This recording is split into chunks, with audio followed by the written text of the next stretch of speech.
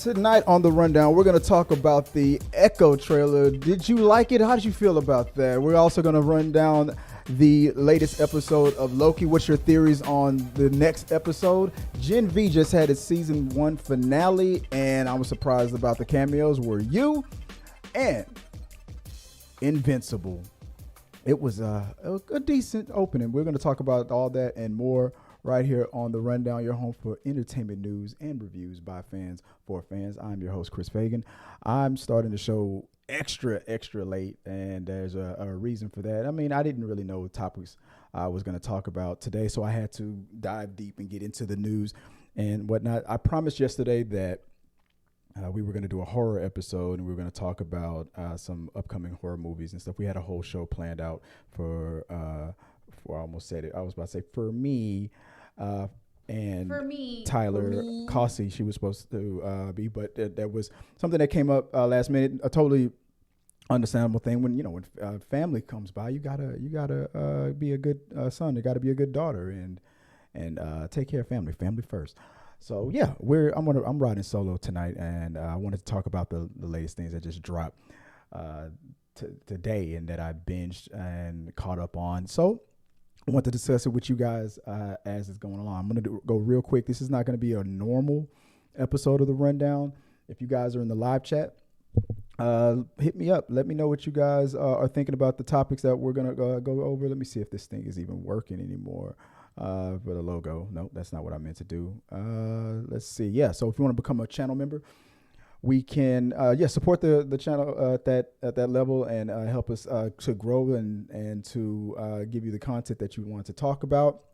We also have a podcast. If you guys can't catch up with us live, we do have a podcast on all your favorite streaming podcasts out there, Amazon, Google, all that good stuff. All right, let's get right into it.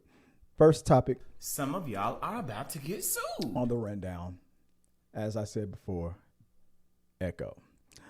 Now, I saw the trailer, and to go over this bit by bit, I mean, right from the beginning, man, I like the fact that it was narrated by Wilson Fisk, and they didn't have him in that Tropicana damn suit anymore. Right from the jump, just him watching this flashback scene of the younger version of Echo and taking out that dude that mocked her for being deaf, that I can't understand you stuff. It felt like that same grittiness of how he felt about was it Vanessa, whatever, yeah, Vanessa, and pretty much grooming her to become this weapon and use her potential to his benefit, but loving in a way that I guess only Wilson Fisk can. He pretty much, I think he really does care for her and everything, but it's grooming in a way. But right off the jump, like this shot right here, the shot up in the neck, man, it really proved that this was a rated mature on Disney. On Disney Plus, we're gonna have so it's going to be rated MA. It's their version of R, but not necessarily what you would consider something that would warrant an R rating for the theater. So MA mature can for television, that's borderline R, between definitely more PG-13 than anything. So it's still kind of in the vein of what Disney Plus provides, but this to me had a Netflix, for me, a very Netflixy type of feel. I mean, it felt like the reasons why they had to go back to formula with Daredevil is probably because it wasn't matching with what an amazing job that they look like they're doing with Echo. And that's a very weird thing to say, because everybody was planning for Echo to suck because of how she was launched, how she was introduced in Hawkeye. Hawkeye gave mixed reviews, and the Echo character, it just was not a great way to introduce this character. And the way the vibe and the whole feeling has changed, and what's going on with and how people are feeling about Echo now, based on one trailer. The trailer did its job. It's supposed to get you pumped, get you excited for it, and get your confidence built up for the upcoming series or movie or anything like that. And it did that. It totally did this. We know that this is not the same Wilson Fisk. It's not the same Daredevil that we got at Netflix, but it's the same spirit. It feels like, at least that's what the trailer gave you. And in one trailer, and it didn't tell us anything new that we already didn't know from Hawkeye, what we were given for this character. If you know anything about the Echo character from the comic books, or if you don't, we pretty much got the same information. We got more information from this trailer. We got more of a sense of a tone that is best suited for a character of the caliber of what a Kingpin can provide you, a protege of the Kingpin. This is what should have been portrayed in the Hawkeye series. But since Hawkeye was stuck in a Christmassy type of world, I guess it couldn't get as gritty as potentially this character in this world could have gotten. And then when Daredevil was also stuck in a comedy with She-Hulk, it also didn't give much confidence. I'll put it like that. But this is one way to, now that we have the success of Loki happening for this season, and we'll talk about Loki a little bit later, this gives the confidence needed. I heard a comment out there online that said, what if Echo, one of the worst introductions to a character ever, becomes one of the best shows or series that the MCU's ever done, that Disney Plus has ever done? Like if it's better than WandaVision, for example. Like, would that be a bad thing? I mean, for Echo to have such a bad introduction to now be in the conversation from one trailer to being possibly better than WandaVision. Like, y'all fools pump the damn brakes for a second. All right. So that's not happening. And like I said, if you guys are watching live, comment below what you are thinking about, what you thought about the Echo trailer, because your comments are going to pop up on the full screen. I'm monitoring the chat. So if you comment, I'll see it. It'll come up right here next to me on the screen. Pump the brakes, though. I don't know. Will it be better than WandaVision? Maybe. Anything can be, but it wouldn't be funny if it was.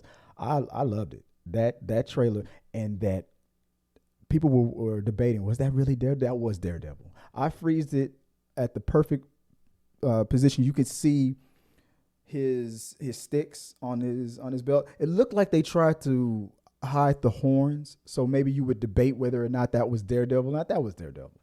I mean, to have Wilson Fisk in there and not get his ass hunted down by Daredevil, and I believe we heard that the Daredevil was going to make a cameo in this.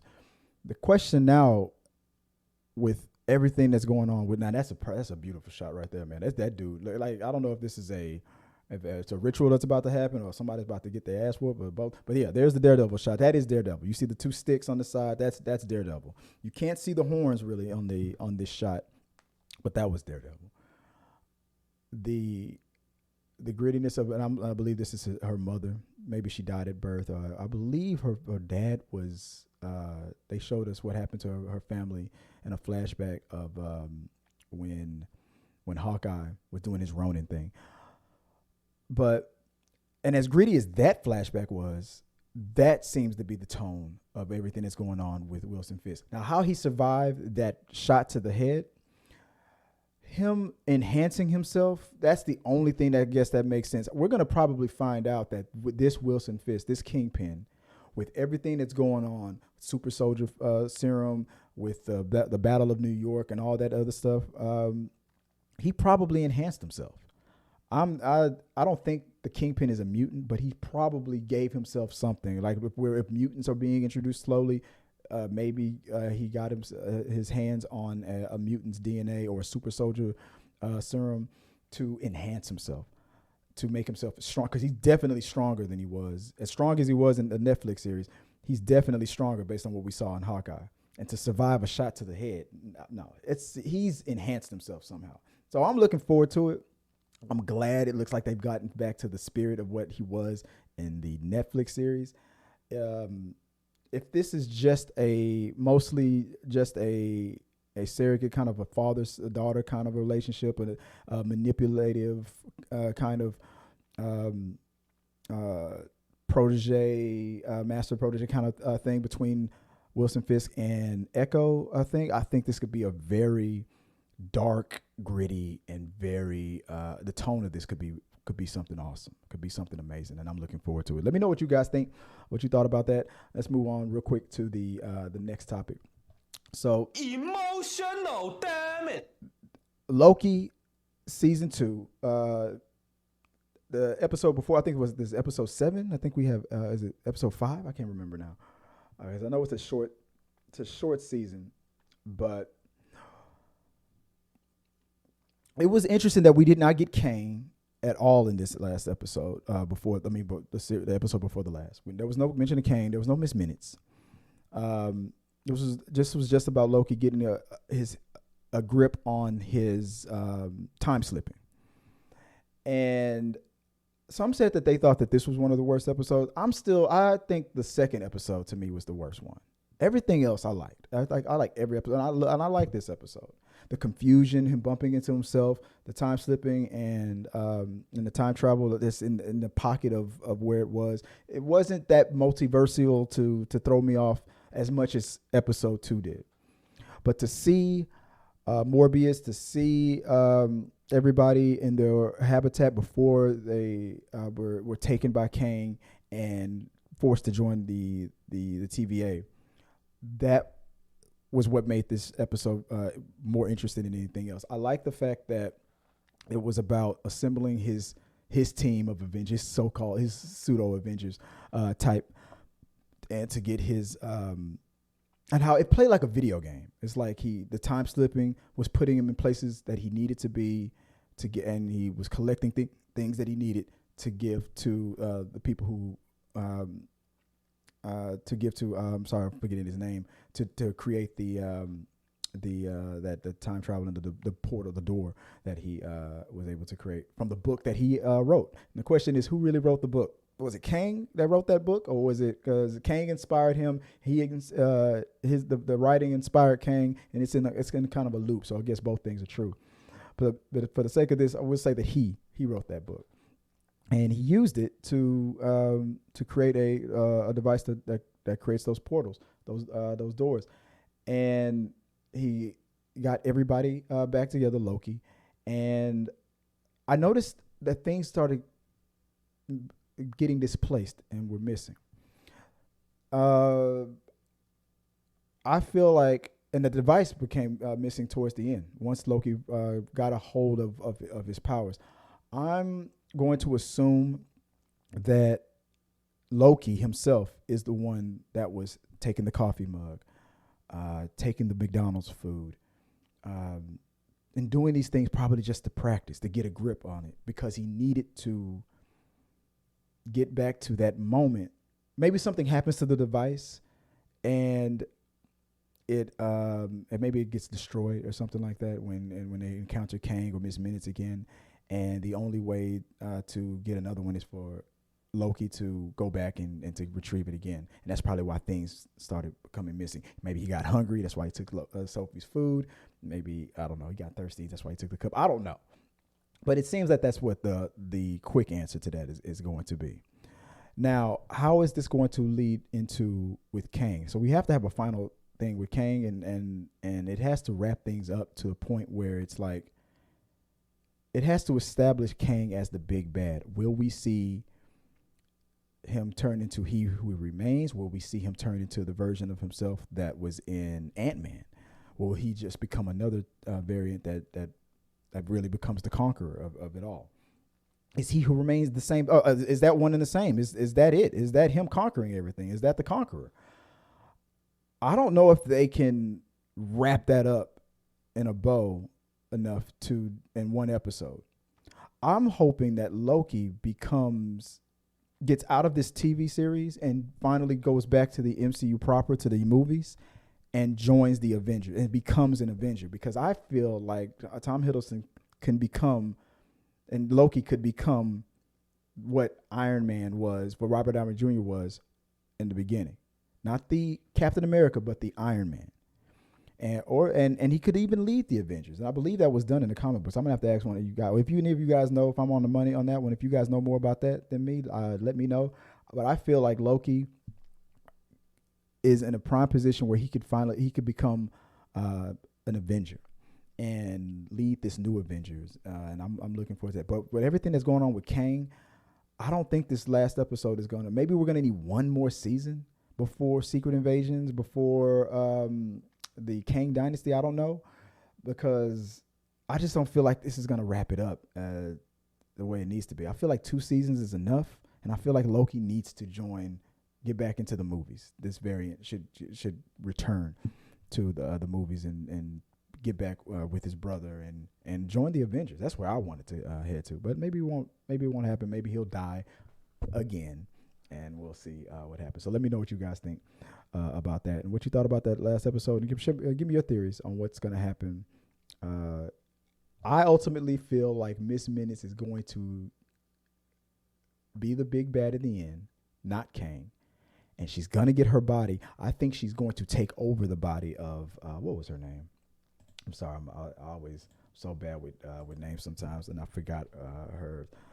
Loki season 2. Looking up the cast real quick. The character that's played by Juju Ra. And what's her name? What character does she play? Forgot the name of the character that she plays, but I think she's gonna take. I think Miss Minutes is gonna take over her body. I think that's what's gonna happen.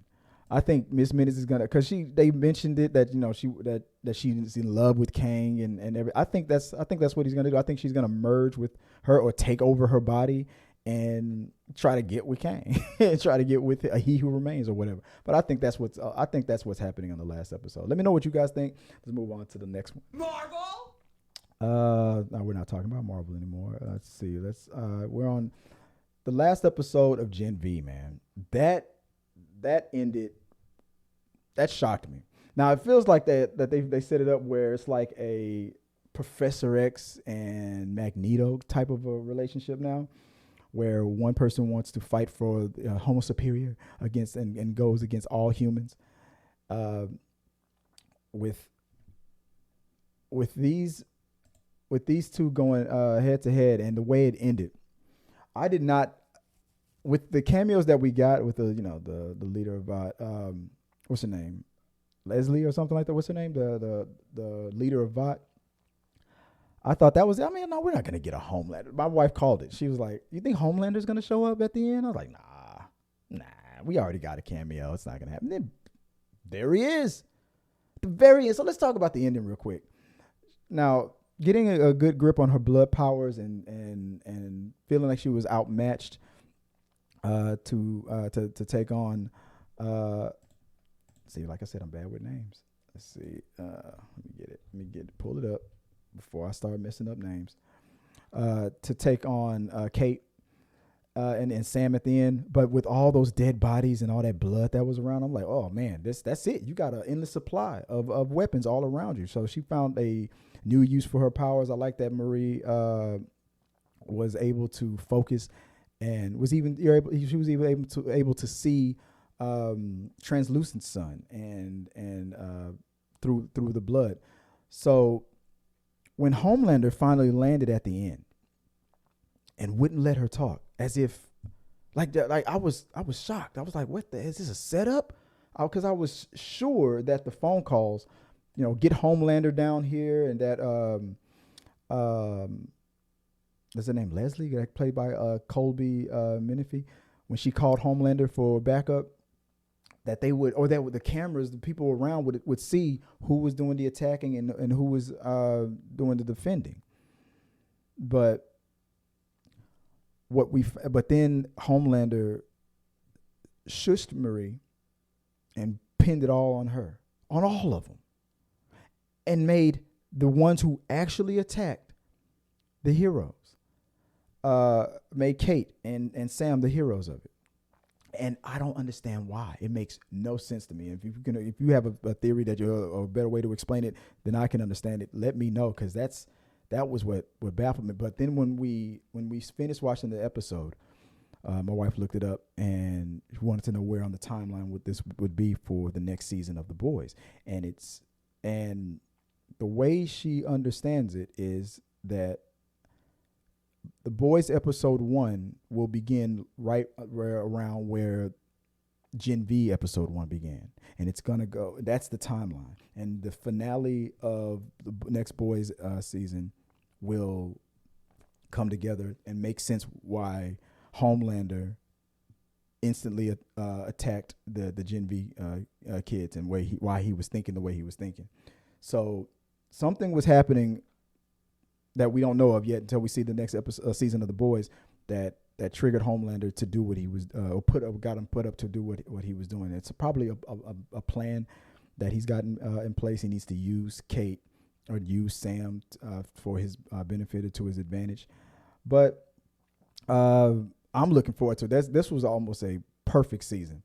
To me, the weakest, what could be considered the weakest character in the bunch, in there, turned out in Emma, turned out to be the best actor and character, like the best development of a character on the show was Emma's character. That she hands down is the star of not the most powerful character in the team, but who knows? Maybe she will become that because hell, her being able to figure out how to control or shrink without having to throw up the way she was doing.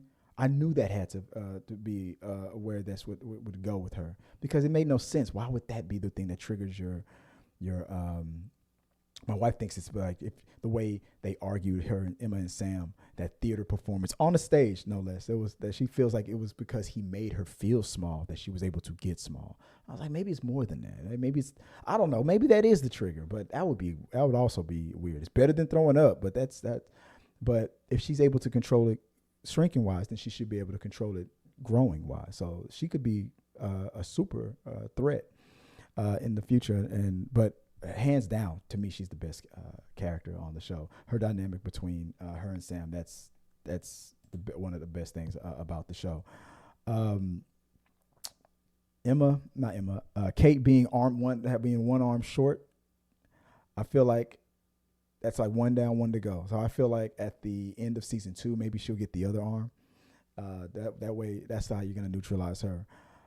But her still having one hand to conduct her powers that means she's still a threat out there. So what does Homelander need with her, and what is he planning on doing? Or was he really confused? Did he, just because he saw Marie winning, he just assumed she was the attacker? But then why was everybody else arrested as well? Did Kate do her thing with Homelander and convince him to take them all, arrest them and play innocent, play the victim for her and Sam to get away? And now that Sam is in a mental state of not caring, how much of like him and Homelander are going to get along big time. So hell, he might join the 7, but Homelander's going to probably look at him as a threat. The theory is going around that the principal is still alive, that maybe she has the similar powers to what Kate has, and everything that we saw was just an illusion. Either that or it was an illusion, because my wife thinks that the ultimate plan is that Kate convinced her to won her over when we didn't see it. Like, we saw that it was kind of happening, but then we assumed that Kate didn't buy it, and that's why that she took her out. But Mark thinks that no, that she did buy it, and that she is still helping the principal. And she projected another illusion in everybody's mind that she killed her, and that's why she stopped Marie from helping her, because she wasn't dead. If you go and try to stop her blood or from spilling out, you're going to know that she wasn't really cut at all, that it was all just a lie. And that's the ultimate plan for that. To me, tells me that's if that's true, then that's the ultimate plan of why Homelander was convinced that Marie and her friends were the antagonists, and why Kate was not and was the hero. And saying, because now you have a person who is just as powerful as Homelander that can get into his mind. All she has to do is touch him and control him, make him kill himself the way that boy did in episode 1. Make him take himself out. Tell him to take out all the other evil soups and stuff, and then or spread that virus or something like that. We don't know, but that's a stretch after what she saw in the woods. So I don't think that's what's going to happen, but it'd be interesting if it'd be a way to keep that character back, because I like the principal. After she won me over, to me she was the equivalent of the Billy Butcher of it, because she wants to just get rid of all soups. And I'm looking forward to seeing her. I hope she's not dead. I'm hoping at least part of that theory is real. But let me know what your thoughts on it. What's your theory on that whole thing? And last but not least, what was it? There was Invincible. I watched it. It had the way season one episode 1 ended with a shock. This one began with that shock. So it started off strong, and then when we got we see an Invincible who is still kind of depressed and down on what happened with his father. He's just trying to occupy his mind and his time, trying to save as many people as he can. He's doing a real good job at doing it, and but he's still plagued and tortured by everything that went down with Omni-Man. Then we see that we're in another universe where Omni-Man and Invincible actually, he did convince his son to take over the world, and he was cruel, and the whole notion of if you join the resistance and we have to kill you, that's your fault. You made us do it. We told you that we're gonna cure diseases, we're gonna cure cancers, we're gonna save the world. First, we're going to thin the herd. Then we're going to save you. We're going to kill a lot of you. Then we'll save you. All the gaslighting. It was crazy. And we see that this is a different universe. And one particular person is being taken from every universe to be collected, where we see our big bad here breaks out the two twins again because he needs their device to create their, where they transfer memories. And his ultimate plan is to take all the memories from all of his versions of himself from all different universes and combine it into his brain, so he'll have the knowledge of what universes have cures for things or can solve certain problems to make a perfect world, or maybe make a perfect world in all the worlds. He's like I'm a pacifist. But you have a version of himself who witnessed an evil Invincible and an evil Omni-Man, and most of them have those memories, those types of memories. And of course, when at the end of the episode, when the main version of, and this is why multiverse is getting, can I talk about for a second how it seems like when Marvel started, like, we're going to talk about the multiverse, then DC followed suit, and then everybody else was like, well, we got to do multiverse too. And maybe this is the way it went in the comic book, but it seems like everybody is just following the leader. Marvel's doing multiverse. Now DC has to do multiverse. DC's doing multiverse. But now, Invincible has to do multiverse. Spawn's going to be in the multiverse. I mean, everybody. I mean, the Fear the Walking Dead is going to be technically like a multiverse kind of. But now it's getting to a point where it's like, it's too much. I don't want to see multiverse on every damn thing. I want people to do different things or just stay on the course that works. It's getting to be too much. And now I'm starting to agree. It is now starting to become lazy writing. But at least in this situation, and hopefully that's the only time we deal with this multiverse stuff, because it doesn't seem to be necessary for this episode, this season of Invincible. You got your main villain who is from a different, who has this ability, and his goal was to take his mind from all of the versions of himself from different universes, so he can learn what, cures are in certain worlds, and to make the world a better place. And then when Invincible comes in, because he used criminals to do this plan. So of course Invincible had to go find these criminals and put them back in jail. But in doing so, you messed up the whole process. He's the download from all these people's brains of versions of himself. It caused brain damage. Obviously, he's got a whole bunch of brains. His head is all huge and got all these brains inside of his. And now he doesn't know which memories are real and which are his, or which ones are versions of him from other universes. Which will explain why at the end of the episode why he didn't seem like a pacifist anymore. He's blaming it all on Invincible, the guy who's going to destroy the world. He's tapping into the memories of that version of himself who saw the evil Invincible, and maybe multiple versions of himself who can only see that side of Omni-Man and Invincible teaming up to destroy the world, and cannot believe that this Invincible from the world that he's actually from is not that type of a guy. So I feel like that's all the multiverse we should need, unless that's maybe at the end that you get him to use his powers to get rid of him or something. I don't know. Hopefully that's the end of it, but I doubt it. I feel like we're going to tap more into the multiverse stuff. I don't feel like Invincible needs it. It was a good plot device to set the villain up. I don't feel like it's necessary anymore, but we'll see what happens. Zazie Beetz' character, seeing her back again, being the comforting, understanding girlfriend after the way it ended in season 1 was weird. That character got beat up. Even I was like, yeah, she's not likable at all. I'm one of the last to go there, but I felt like she was just ridiculous in season 1. Now that his dad is gone or whatever, that's what everybody thinks, that his dad was killed by Omni-Man.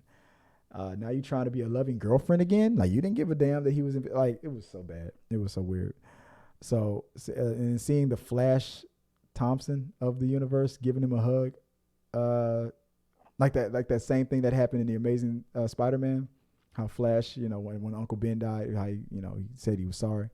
That seemed like that was a ripoff of that, but it was nice to see. But I'm a huge fan of Invincible. I'm looking forward to it, and I can't wait to check it out. Guys, let me know what you guys thought about this whole thing. Are you looking forward to the rest of Invincible? What's your theories on Loki, the season finale of it? Will they wrap that up and make Kang feel like the threat that he needs to be? Or are you on the side of, or do you think that Kang will be replaced by Dr. Doom? Are you looking for, after what you saw with Echo, are you looking forward to that season? Do you agree with me? Like, it's giving off, what do they say? What do the kids say nowadays? It's giving Netflix, Daredevil Netflix season 1. So I can't wait to check that out. And I'm looking forward to Gen V. So hopefully with this writer's strike, I hope it all gets wrapped up sooner rather than later, so we can get back to watching some good TV and watching some good movies again. Guys, appreciate you. Let me know what you guys think. We were live on Twitch. We're live on TikTok, and not live on TikTok tonight. Live on what was it else? It was Twitter, Facebook, YouTube, and Twitch tonight. And if you guys are on there, follow me if you want to share your thoughts and your any conspiracy theories that you have on any of these upcoming shows or movies. Let me know what you guys think, and we'll talk about it on a later show. Like I said, I'm riding solo today. I didn't have the crew with me today. Last minute family emergency type of thing happened, so sorry about that. And I'll next week we should all be back in studio to talk more about what you guys want to talk about, so we can do a proper "We Got Your Mail" with when all your comments come in. So hit the like button, hit the subscribe button, and let me know your thoughts on any of the topics that we talk about. Share your theories, your conspiracy theories, any of your thoughts. And until next time, guys, have a good one. Let me do my outro. Let me see if I can do it again. I'm trying to perfect it so I can actually clip it. So thank you guys for watching this video. I really do appreciate it. Hit the subscribe button, like, and send us topics you want us to talk about in upcoming videos. Follow us on all socials, TikTok and Instagram for clips, and watch us live stream on YouTube, Twitch, Facebook, and Twitter. We also have the Th3 Media Studios podcast, so you can catch our reviews and episodes of your favorite podcast provider. Till next time, guys. Peace.